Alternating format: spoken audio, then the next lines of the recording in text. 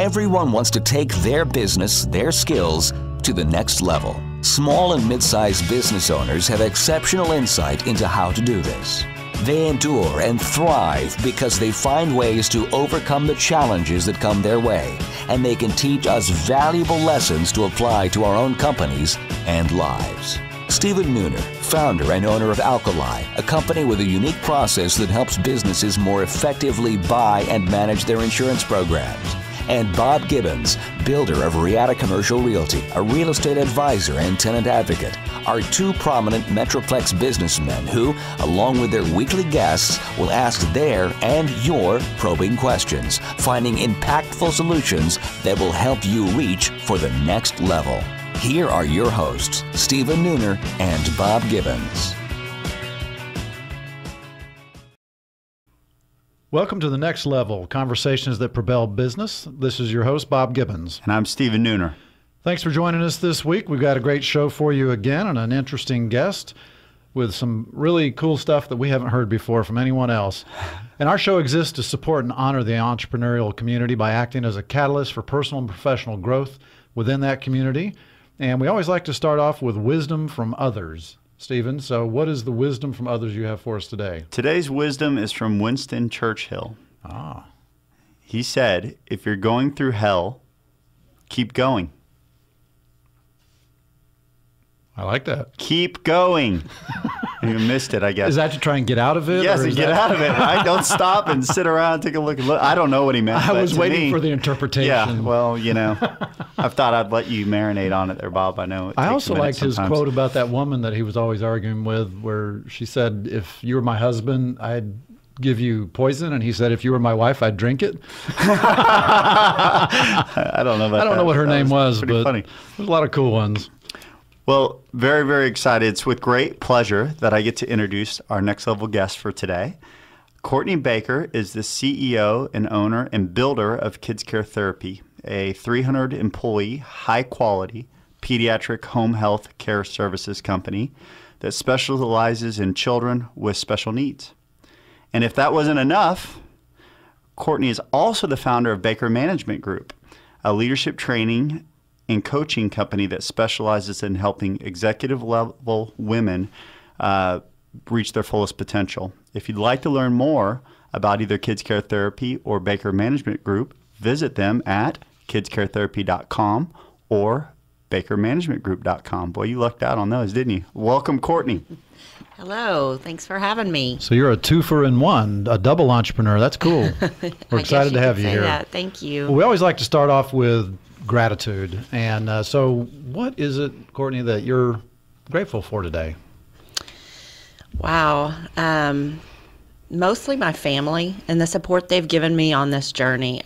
Honestly, I couldn't do it without all of them. My husband and my 3 kids, and then my extended family as well, helping me out with everything. Very nice. Thank you. That's awesome. And your husband's actually here supporting you today. A great friend as well. Yes, he is. Yes. So that was actually leads us to the first question is tweeted in from one of your fans that wanted to know, Courtney, out of you and Jason, your husband, who owns more shoes? Oh, Steve, that's a hard one. Wow. I'm just kidding. Don't do it. I have to say me on that one. All right. The fact you even have to ask that question tells me a lot about Jason. He's got a lot of cool shoes. I have a lot of shoes myself, so it's okay today.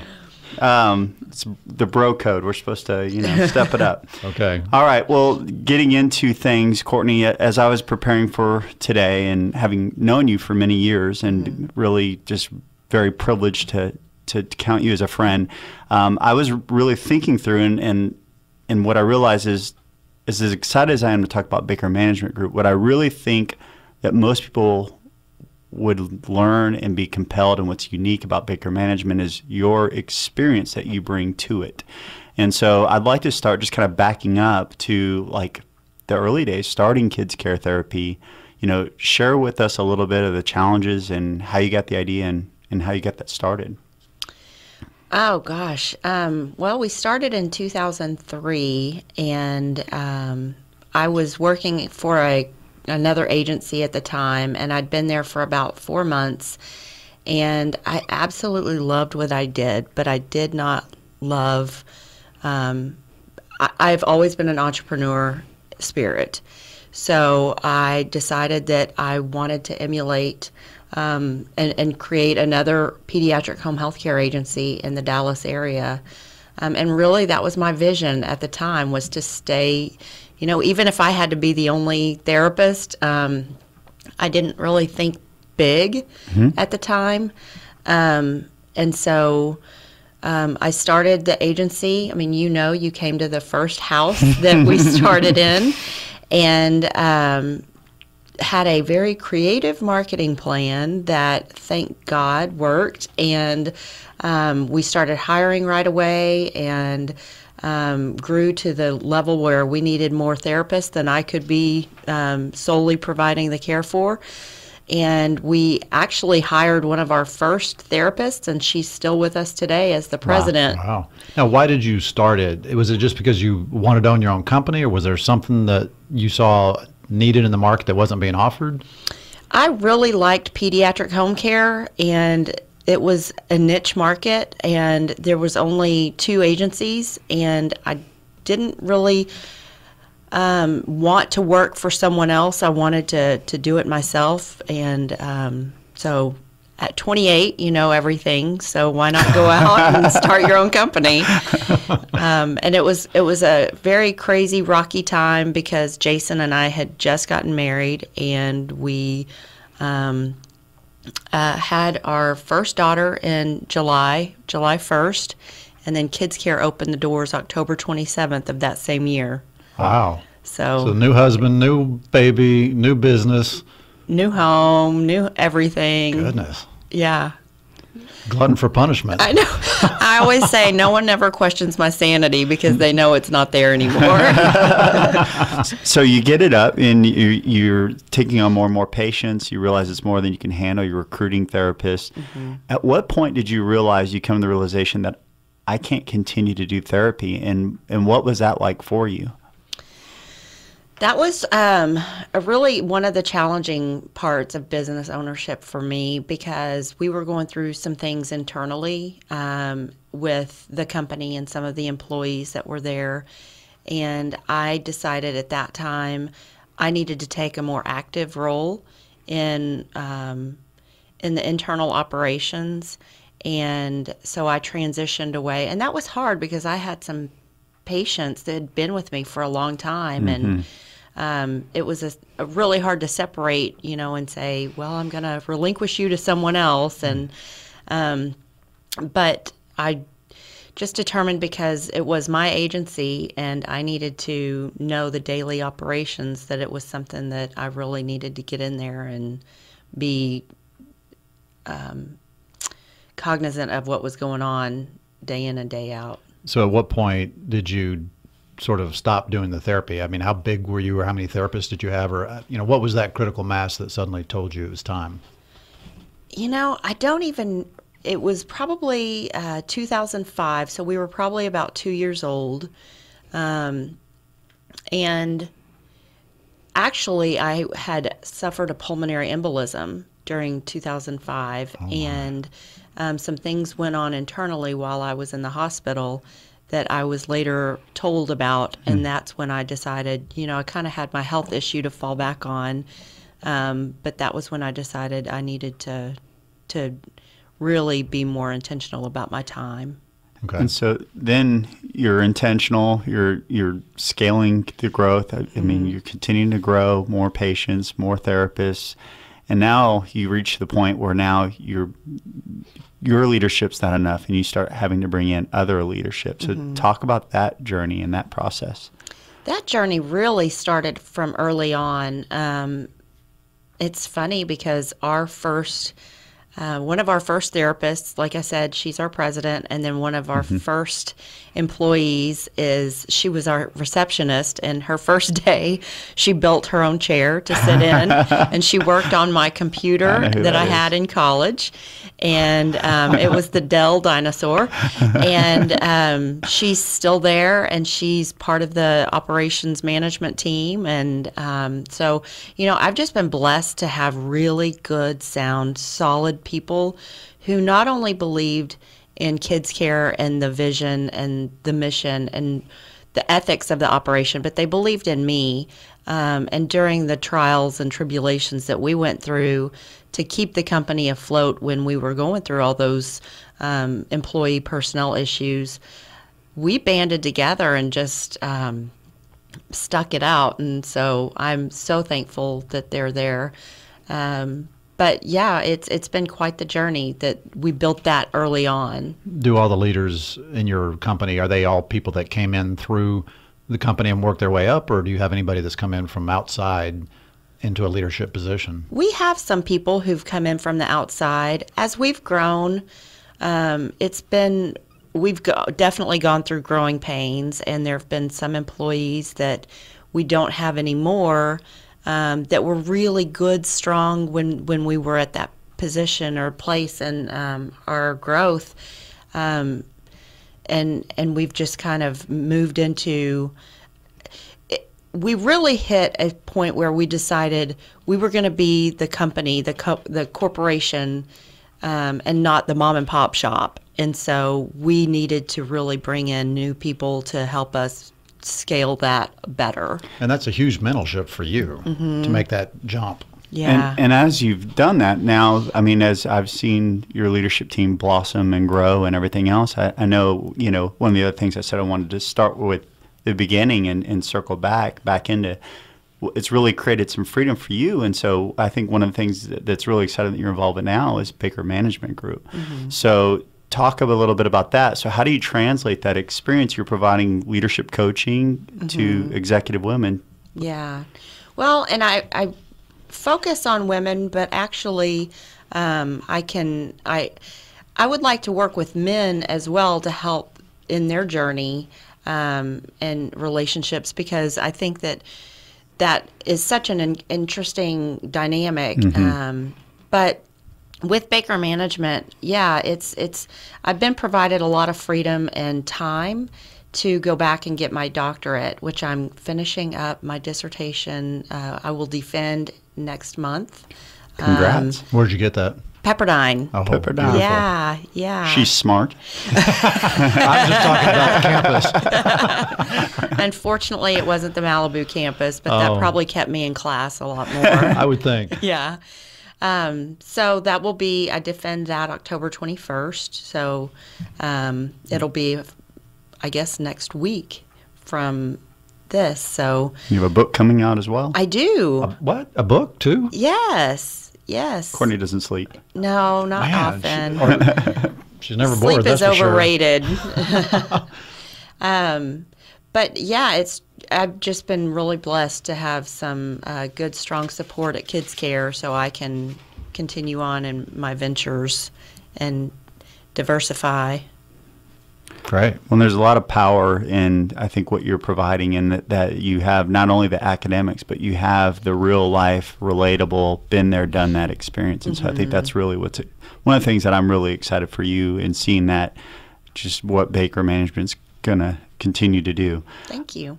But we're going to go to a break now. But for the audience here, stick around because when we get back, we're going to talk about, so you're in the hospital with a pulmonary embolism, and you find out that 2 of your key employees, out of them, one is committing fraud and another is starting a competing company. What do you do? Stay tuned. Stay tuned. And now, Confessions of a Recovering Landlord. This is Bob Gibbons with Riata Commercial Realty, and I am your recovering landlord. After 20 years as a landlord, I now use that experience only for the benefit of companies that lease or buy office buildings and warehouses. Today's confession: never exercise your renewal option. Now, I know that sounds crazy, right? Why would you get a renewal option if you don't ever plan to use it? Well, a renewal option is really just a reservation for your space, which prevents the landlord from leasing your space out to someone else, leasing it out from under you. Some options actually bind you to an extended term before you even know what the rental rate will be. But that rental option was created 3, 5, or even 10 years ago when you signed your lease and may not work for you today. Fortunately, there is a way, an easy way, to renew your lease without the risk of exercising your renewal option. To learn what that is, please contact me at www.texastenantrep.com. Again, that's texastenantrep.com. Want to create a breakthrough in your business or personal life? Here's a tip. Stop shopping for insurance and insurance agents. Begin looking for a way to more effectively buy and manage your insurance. At Alkali, that is exactly what we provide. The freedom you create by changing this mindset alone will make an impact. Plus, you can stop listening to all the insurance commercials on TV and radio, unless they're funny, of course. Are you an insurance novice or just want to take things to the next level? Knowledge is power. Come join us for the single most important class that you never took in business school. We have the following upcoming classes that we teach through Collin College and the Small Business Development Center. Thursday, September 24th, Protecting Your Business 202. Thursday, October 15th, Healthcare Reform. What the health is going on? Thursday, November 19th, Protecting Your Business 101. To sign up or learn more, visit us at alkaliservices.com. That's Alkali, A-L-K-A-L-I, services with an S.com. Hi, this is Terry Pham, CEO of Fat Straws. Has listening to Bob and Steven put you in a sour mood? Well, come on by Fat Straws and mention Next Level Show and receive a complimentary bubble tea guaranteed to sweeten your day. We have 2 locations, one in West Plano and one over by the Galleria. This offer will be valid through October 20th. We are back with Cortney Baker, CEO and co-owner of KidsCare Therapy and Baker Management Group. If you want to learn more about Courtney, visit kidscaretherapy.com or bakermanagementgroup.com. So, Courtney, we've had some pretty interesting conversations with you thus far, and there's all kinds of things going on in your life that I just can't quite comprehend how they all happen at once. So, this is going to be a hard question for you, but what is the biggest breakdown that you've had that has turned into a breakthrough? That was kind of what you alluded to a little bit before the break, and that was the employee personnel struggle that we were going through. I had someone who was our top grossing therapist producing ridiculous amounts of visits, and then come to find out it was Medicaid fraud, and that was really a hard time for us. We were just to the point where we were not operating in the red anymore, and not putting payroll on mine and Jason's credit cards. And I firmly believe that you have to do the right thing even when no one is looking, and so I turned it in to the OIG, and I also paid the money back. And then found out that someone else in our office was taking proprietary information, and so I had a couple of employees come out and tell me what was going on, and that was a really hard struggle, but it was a breakthrough because it also at the same time Jason and I got stronger because I looked to him and said, I really need help at the office. I'm having a hard time with running the books and balancing everything, and, you know, I'm not strong in checkbooks and numbers and math in general, so I just said, I really need you to come. And his first day, we didn't even know what his title was, but he's still there, and he's our CFO now. And luckily, I'm not balancing the checkbook anymore. Where do you have to focus on all that you have going on? Where do you have to focus to stay on track? Oh, I think I'm just a very focused individual. For one, on Strengths Finders, I'm a firm believer in knowing your strengths and knowing how to play to those, and my strengths, my top two are learner and achiever. And so Totally see that. yeah. Totally get it. So it's funny because, you know, Jason's to the point where he's like, Courtney, stop with school. You're done. You're done. I'm so tired of tuition. But that's where I get my flow. If you want another degree, let me give you a little clue. Community college. It's really cheap. Maybe I'll teach there, and no, that's not what I was suggesting. No, that'll be my next venture. So that's really, you know, that's just ingrained in who I am. So The natural strength then. yeah, it really is. So what are the, I mean, you've done all kinds of stuff and you're a coach now. So what are the big insights that you've learned over your career that you can share with our listeners that are thinking about starting their own companies? Well, how much time do we have? No, I'm just kidding. The thing about that is I started life, you know, as a single teenage mom, and only 2% of teen moms go on to get their bachelor's degree. And now I'm finishing my doctorate. And I think you have to realize that you can do anything you set your mind to, and really believe in the power of your mind and what you want to do, and confidence. And okay, but let me stop you for a second. Confidence doesn't pay the rent. What kind of support system did you have to allow you to do that? I had a great husband who... Well, I mean, but when you said you were a teenage single mom, you didn't have a husband at that point. So how did you keep going? What support system do you have to allow you to make that happen? Honestly, I really didn't have a support system. I mean, I was in Illinois, and I didn't know anybody, and I had my son, and we were in school together. Wow. I was away from all my family. I made friends there, but I mean, I had gotten married and then gotten divorced. So I was pretty much on my own. So that's a huge testament then, because so many people want to try and act like there's a reason why you were able to do that. And my question was leading you down that direction, and I'm glad you didn't take the bait, because there are ways for things to happen. It's just like going to college. There are ways to go to college without going into ridiculous debt. So, you know, congratulations on having accomplished that, but I also hope that inspires people to find ways to do it and to not give up so easily. Yeah, I mean, I can't lie and say, oh, I never had days where even with KidsCare, there were days where I just wanted to, well, I didn't want to. I did pull the covers over my head and say, I can't do this anymore. And I mean, Jason worked nights when we started the company, and we had the brand new baby, and you know, he'd walk in on a Friday morning, and I'd have the covers pulled over my head, and he'd be like, get up, what are you doing? You know, if it was easy, everybody would do it. You're the CEO, you've got to go. Yeah, you got to go to work. We kind of need you today. So, but yeah, I mean, it's self-confidence and saying, you know what, you got one shot at this, make it worth it. One of the things I wanted to ask, so looking over the last 12 months, you know, what would you say has been your biggest high? Oh, wow. My biggest high would probably be when I was named 2014 Top 3 Businesswomen of the Year for Texas. Yes. Wow. Congratulations. I know. Thank you. And also finishing my dissertation right before I celebrated my 3-year anniversary after my stroke. I love what you call it.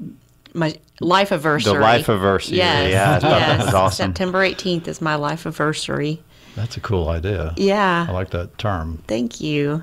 And I mean, just a testament to you. Who? I mean, I don't know many people that have a stroke, have a setback like that, and then come back and say, you know what, I'm gonna go ahead and take on that Pepperdine. Yeah. I had it. The stroke happened my first semester, so I took that semester off, and then started back January of 2013. So, and then finishing right at. My dissertation has taken me less than a year. Wow. So you're getting your PhD. You have 3 children, a company you own with what, 300 people in it. and you decide to go get your PhD. That's hard to believe, and then you come out and decide to start yet another company. I'm just in awe here. Well, thank you. And let's flip the coin though and turn the page. So let's talk about a low over the last 12 months. Biggest low. The biggest low has been dealing with when you're in healthcare and you are affected by government policies and can't relate to that. Yeah, I'm sure. I'm sure. But dealing with the unknown, they had just projected or proposed 26% budget cuts, and Jason and I have all of our eggs in one basket, and we also have 300 people that look to us to run the company, and we support their families, and that's a huge responsibility, and I take it very seriously. And when they're proposing 27% cuts, we're looking at how to keep a business. Most poorly, funded the state. Where are we comparatively to other states? On our funding? Oh, well, we have more in our rainy day fund, and we live in a state that has a surplus. So this really came out of left field. So whenever you are talking about funding that's gone down, funding from whom, and give me some context. It's Medicaid, and it's the state of Texas. Okay. Luckily, there's been a kind of a hold on that right now, so we're kind of sitting in a waiting game again. And that's my low, is just not knowing, from day to day what's going to happen. Uncertainty. Right. Now, Exactly. is this directly a function of the fact that a lot of your clients are special needs, or is this really not having anything to do with whether or not they're special needs? It has everything to do with that. Texas has been targeted. The pediatric home care has been targeted to reduce Medicaid payments for speech, physical, and occupational therapy services for special needs kids.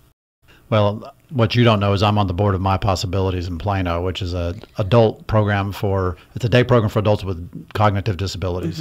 And so we get funding through similar programs and have seen those kinds of cuts continuing as well. So I know where you're coming from, and it's hard to figure out how to plan your business when you don't have any idea where the money's going to come from. Absolutely. Yeah, it is. Courtney, if we were all sitting here together 3 years from now, and we were to look back to today, what has to happen in your life professionally, personally, for you to feel satisfied with the progress you've made? Well, that's a great question. I don't usually project 3 years out. Yeah, that's a dangerous question for this woman. Can we go ahead and get you to? Are you going to go ahead and announce that you're running for governor? No, gosh, no. Why governor is president? No. There's still a year. Come on. No, thank you. I'll let Carson and Trump and all those other candidates do that. Baker for president. No, sir. Gosh, Jason and I will have been married for 16 years, and we will have a 25-year-old son, and Grace will be 15, and Reagan will be 11, and Baker Management Group will be rolling. I will actually be doing speaking engagements nationwide or internationally. Why limit yourself? Absolutely. And KidsCare will have survived these detrimental cuts and be thriving, and we have 300 employees. 3 years, we could do 500 employees by then. I believe it. Yeah.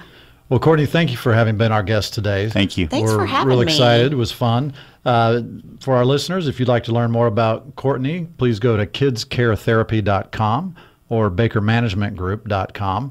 And if you'd like to get in touch with Stephen or I or myself, you can reach us at nextlevelshow.com. You'll be able to find today's conversation both in audio and video. And you can also see who will be coming up in future shows. And you can even go back and listen to past shows, all the great guests we've had and all the good information we've learned from them. And you can also connect with us on Facebook, LinkedIn, Twitter, and see what updates are there for upcoming guests. Stephen, you got any other closing thoughts? That was well said, Bob. Very, very well said. And I want you to know, nothing on my electronics beeped or rang today. Congratulations. First time in 3 weeks. I'm so proud of you. We'll see you guys next week. Welcome to the new era. You have been listening to The Next Level, Conversations That Propel Business with Stephen Nooner and Bob Gibbons. Join us every Tuesday at 1:30 p.m. for more prolific conversations that will take your business to the next level.